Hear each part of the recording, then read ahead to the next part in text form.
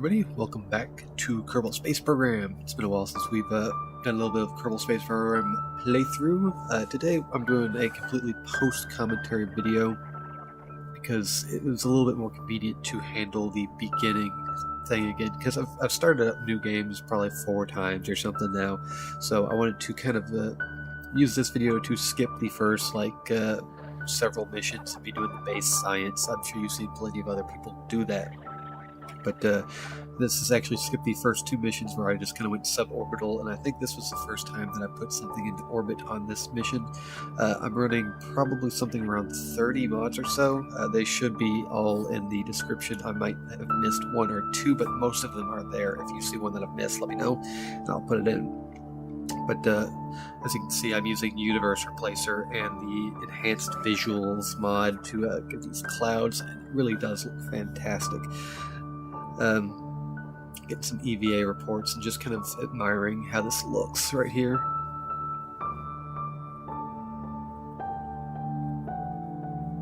But yeah, I'm going to be using this video to give you just kind of a rough idea about what I've already done in this about 4 hours of just me screwing around, starting up a playthrough, as well as what I intend to be doing for just the general purpose of this playthrough. Generally speaking, the rough idea of what I want to get done, a little spin out there, is the kind of the midterm goal is to get localized space around Kerbin, kind of like a common travel thing, get some space stations up, and as well as some refueling posts around maybe Minmus or the moon, which use the Cathane mod. Kind of not exactly sure what my long-term goal is. I have some rough ideas, but while we're doing the setup of getting our space stations and whatnot all put in place, we will also be putting missions into orbits around other planets and stuff like that are robotic.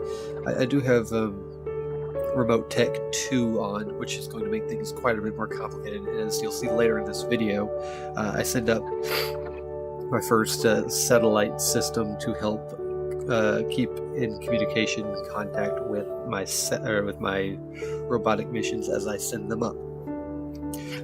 It also means that we have to have a direct link back to Kerbal Space Center to get our science sent back if we're sending it back remotely.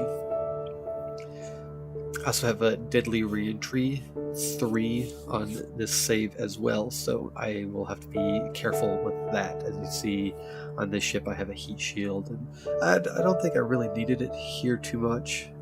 I'm coming in pretty shallow, and I don't think we ever get all that hot coming back through the atmosphere, but man, I really do love this mod that adds the clouds. I know there was a mod, or one of the textures for Universe Replacer had clouds, but this one is much, much nicer.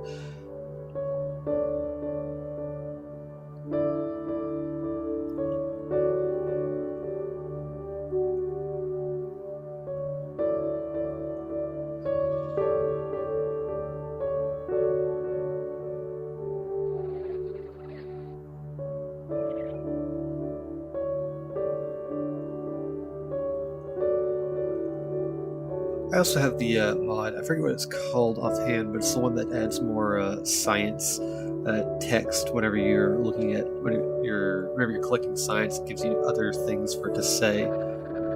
It's kind of like a community project, but I forget what it's called, but I do have that installed. We will see more of that whenever I play with live commentary later on, next episode probably.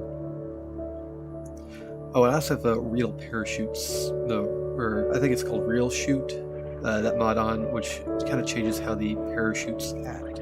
I kind of like that quite a bit. That way it doesn't snap your ship and need to last like 300 meters up. Collect some water samples, get back in, and recover this vessel. Now here we see the first mission that I intended to send off to Minmus. I believe this one we had a little bit of an issue. I don't think I took a very good angle of ascent, and as we try to put it into orbit to prep to go to Minmus, I think I get to the point where I realize I'm not going to have enough fuel. So as you can see, I had landing legs on it. I had full intentions to go to Minmus and land, kind of like science, but yeah,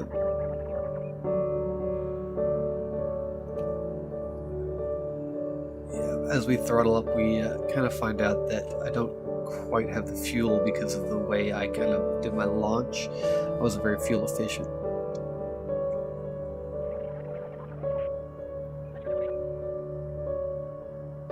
See there, Remote Tech 2 linking us back to the Space Center.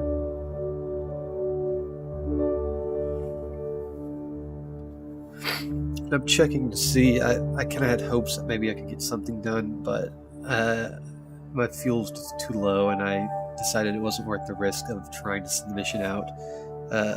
So I opt to just bring us back down.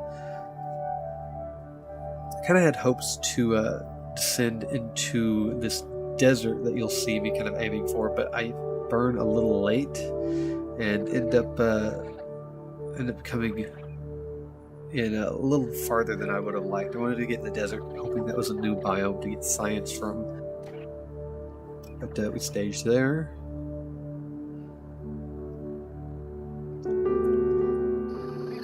And I was really hoping I would slow down and kind of land on this desert area, but I start to realize that we're coming in too fast. I do the parachutes early, trying to slow us down, which lucky they didn't burn up there. I realize I'm still not going to make it.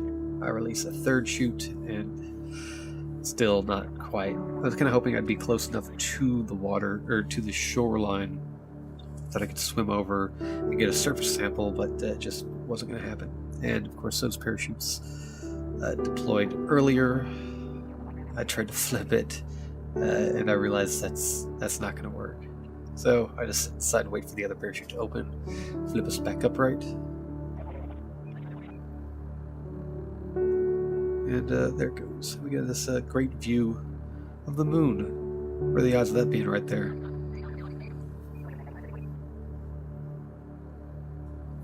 Splash down, and I think I take another. Nope, I just left, right. So this is the exact same rocket, but I've just put on these SRBs at the bottom, which make us launch a little bit sideways.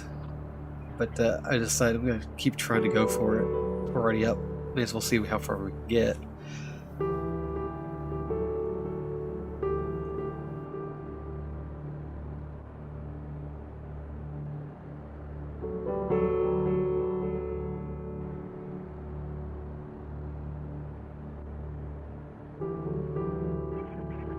And I handle my ascent stage a little bit better for this one. Right, so despite our kind of Kirby launch sequence we had there at the start, those SRBs, we get a bit of a better angle of ascent. And go ahead and start planning the Minmus route again. Throttle up and get us into orbit.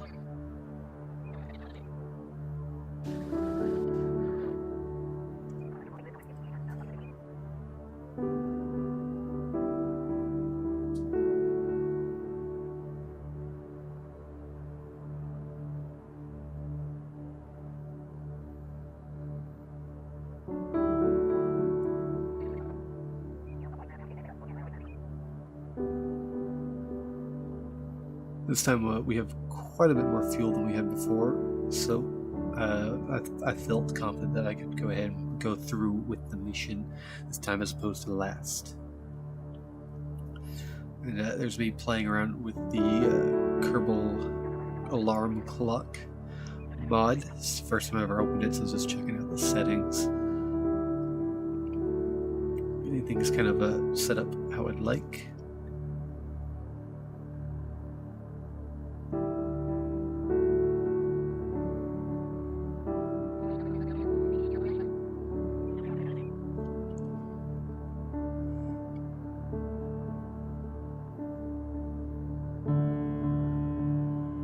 to fix our inclination so that we can match up in this. Still have over half of our fuel left.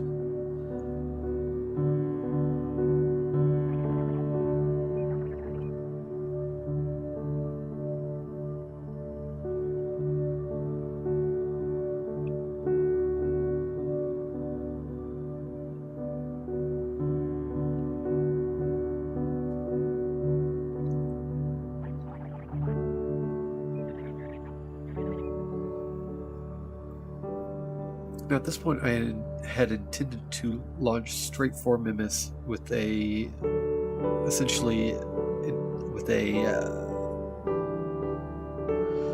target of kind of like impacting it. Obviously we would land, but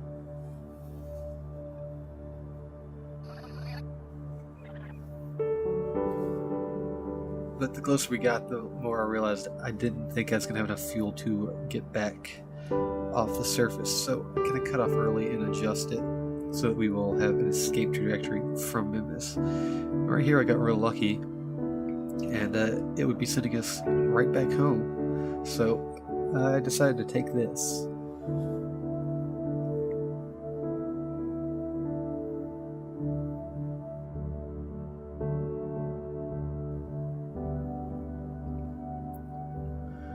Do a little bit of time warp, get away from Kerbin, and take this opportunity to do a little bit of science, also to turn my solar panels towards the sun, because I nearly let myself run out of electricity there, but also do some science.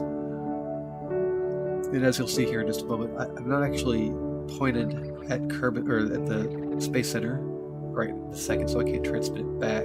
Here in a minute I get a connection, and I take the opportunity to send all that science back home.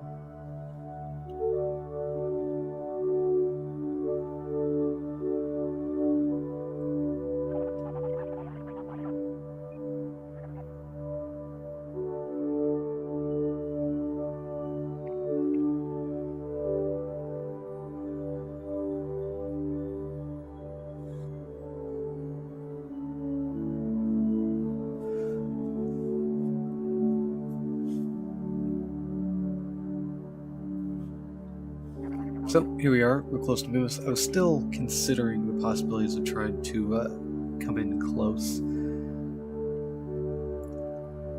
I wasn't sure about landing. I thought maybe, but I wasn't very confident.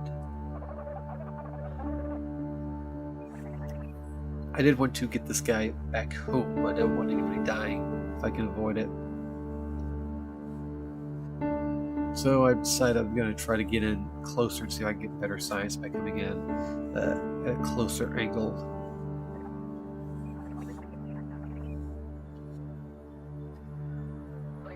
Ended up putting myself too low because I did not intend to land.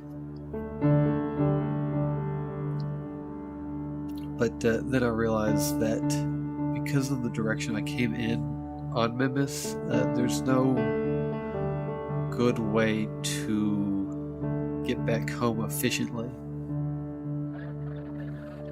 As you see, I'm playing around with my maneuver node, trying to see which direction I could go to save the or to use the least amount of fuel to get back home, and really nothing was working. So I end up opting out and deciding to load it in auto save, or yeah, my quick save I did just before I did that burn.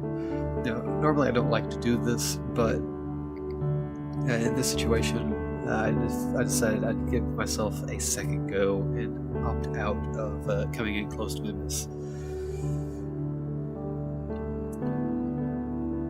because it's already hard enough to get back from this direction. I came in on the wrong side, so I found this, and then I realized I could make an encounter past the moon, and the amount of fuel it was going to take wasn't that much, so I chose to get myself heading towards the moon and do a flyby of it as well to get a little bit more science. Now, I am very low on fuel, so I am kind of winging it. I'm hoping I can come around the moon in the right direction and use it to slow myself down and come back to Kerbin at a cheaper fuel cost.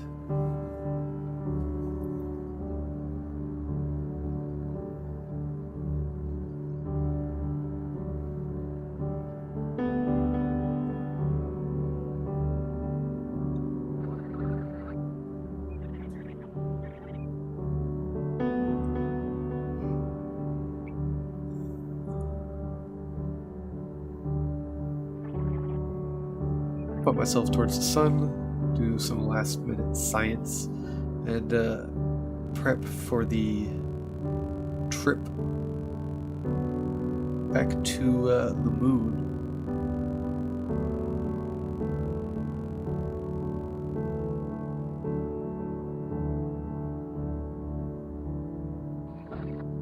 Kind of playing around and seeing if I was going to be able to get back to Kerbin all right.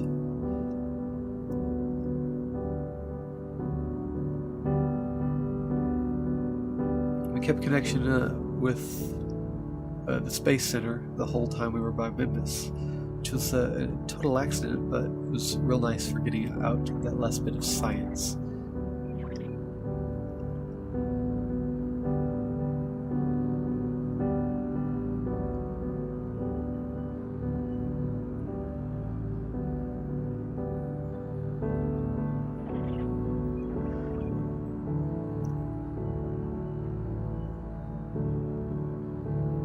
Now at this point I thought, worst case scenario, if I can't get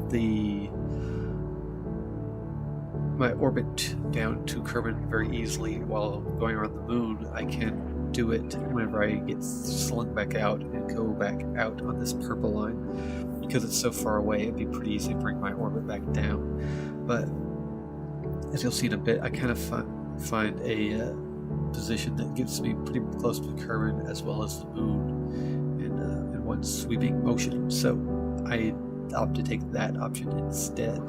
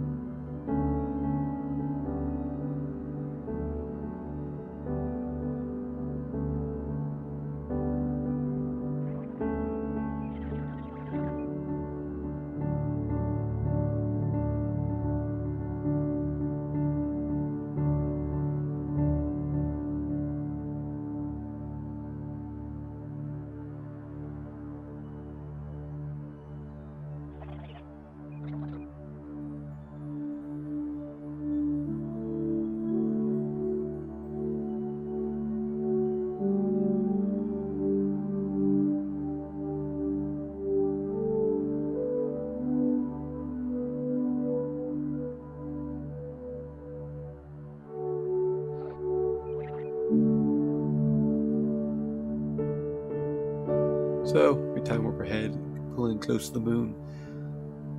Did do some science here, collect some data, and send it back to Kerbin. Unfortunately, the Space Center is on the other side, so we can't actually send the data back right now. And I was really hoping that it would pop out before I go behind the moon,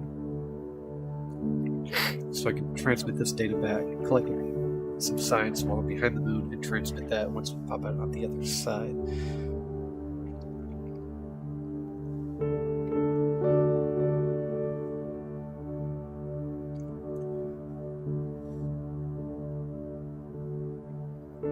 Unfortunately, we never make that connection, and we have to overwrite the science, which isn't a big deal. It just means that we have to do the science again once we pop out the other side.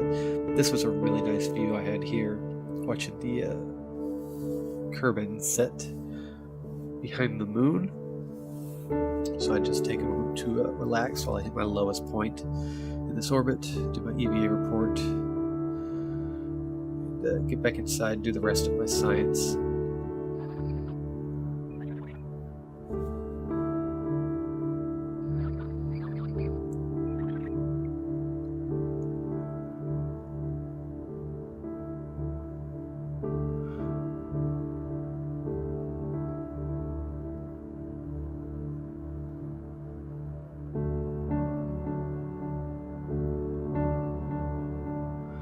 Find this position that I like for my return burn.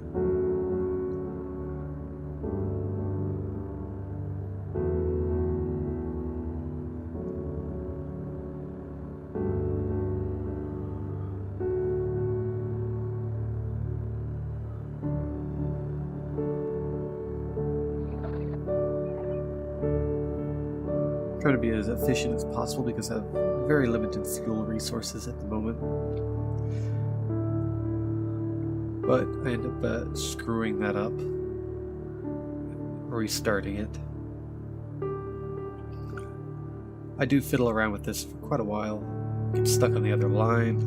It just is a pain. It's just kind of a pain to manage these maneuver nodes sometimes, to get them just how you like. Moving it back and forth, trying to figure out which direction is more efficient.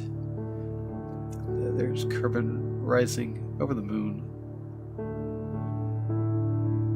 waiting for that connection back to the Space Center. Oh, and there it is. So, send off all my data.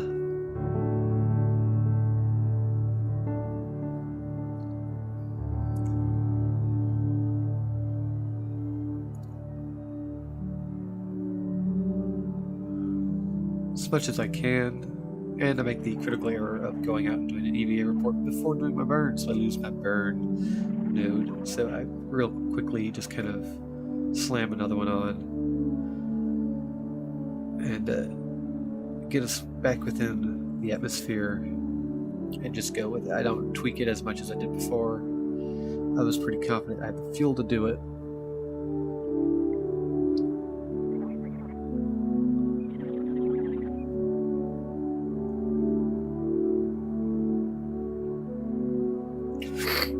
Just barely. We have just a little bit of fuel left, but it was enough to get us back home, which was all I was really concerned about.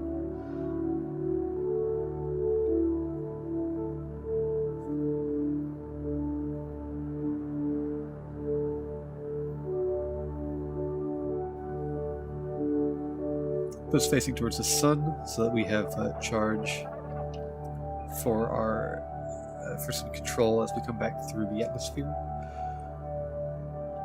because I'd hate to be spinning out and potentially burn up.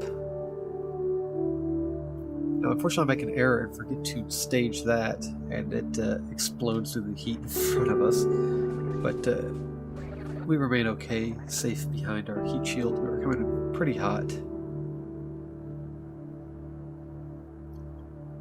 And it looks like we end up landing in this little town here, which I assume these little Kerbal villagers were not expecting in the least. No, I kind of flip myself over again here, and I decide I don't need these. I cut them and just go with the big chute. Fortunately, this is still leaving us falling at about 10 meters a second or so. And we break a battery on impact, but that's it. Everything else is fine. I meant to leave a flag here, but I sent us home and forgot to do that. But we got lots of science.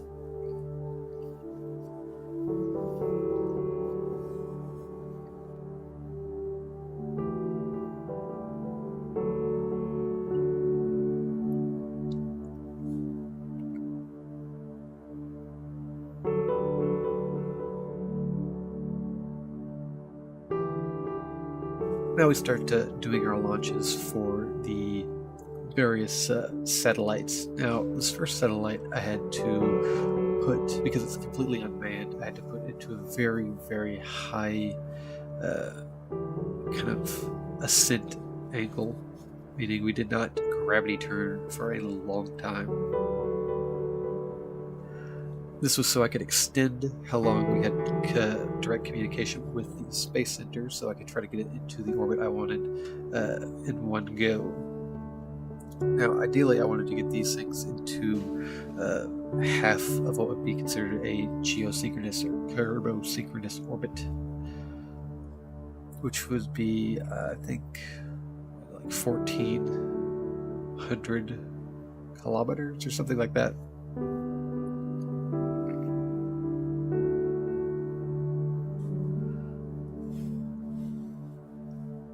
So the idea was to push this up and up until it hit that point as soon as possible. Obviously this is not the most fuel efficient method of getting up, but it's kind of what I had to do to keep in communication with the Space Center.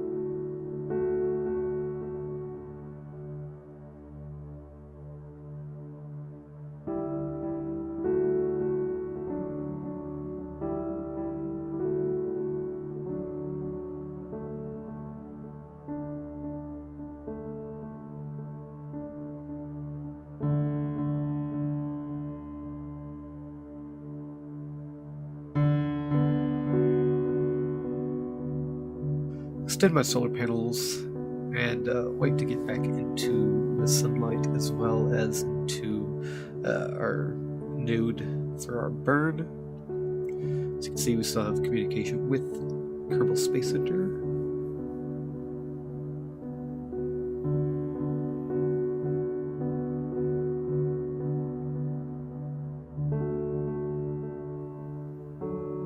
And we proceed to burn. Now, as it turns out, we get it into a safe orbit, and we run out of fuel. We don't quite make it into the stable orbit I wanted, so it's kind of stuck in this weird orbit. So I put the panels up and launch that, and it launches with quite a bit of force, which causes it to spin out, but that's alright. That's why I put the panels up for safety's sake. I get it facing north, like I like to do, and I leave it there.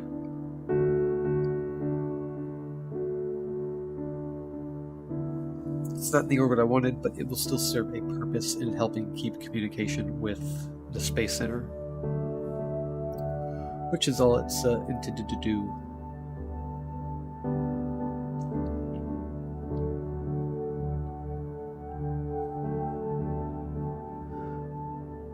So I get in position to help me with the second launch.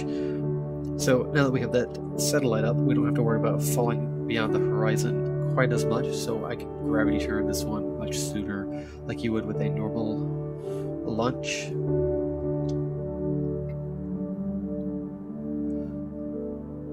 Now, this is the same rocket design, it's just I'm launching it correctly, as opposed to the first one, which I had to take very, very high up.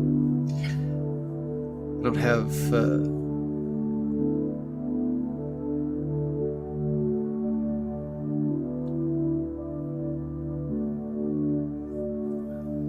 I set it up to talk back with the other satellite, so that that way once we go beyond the horizon, it has communication still.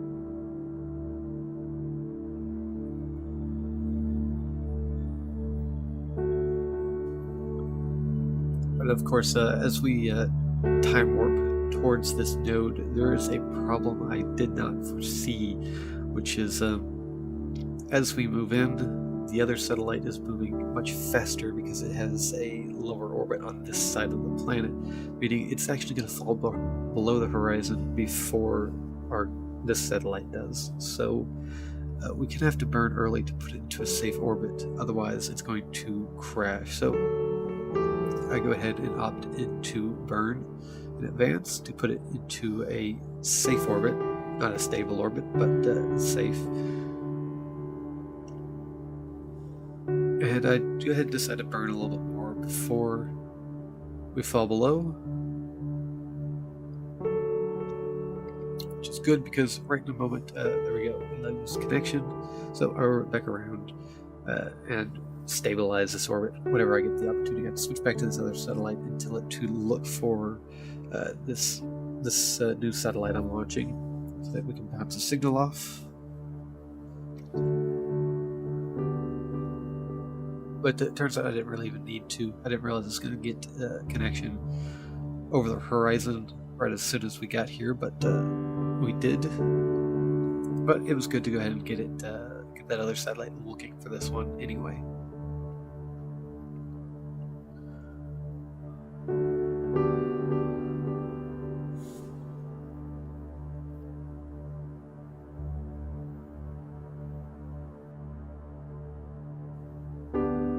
So I get into a stable orbit that I'm happy with, and now we have 2 satellites in our network. I put my solar panels up so I can stage this. There it goes. Like 1.5 kilometers a second or whatever it's going at. Very fast. Put it north, and there we go. So here we are launching our 3rd satellite, bouncing the signal off, as you can see there. And in a moment you'll see that we use all 3 satellites to, or the other 2 satellites to get this one in communication there, as you see.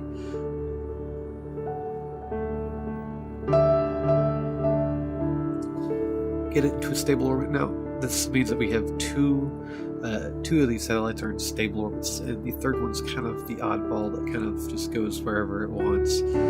But it does still help. Ideally, I need a 3rd satellite that goes in between the other 2 that are actually in their proper orbits. One day we will destage or destroy the oddball satellite, probably, just to get it out of the way. But for now, it is helping. But once we get that 3rd satellite in its proper orbit, we should be able to maintain communication with the Space Center at all times. Right now we have some blind spots, but in time that'll be fixed.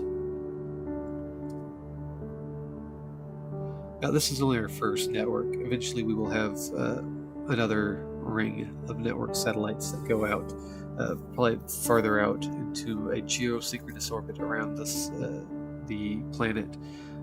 Not so much out of necessity, but just because. So we get communications farther out. But it works for a local network for now. And that's all there is for this video. I do hope you've enjoyed.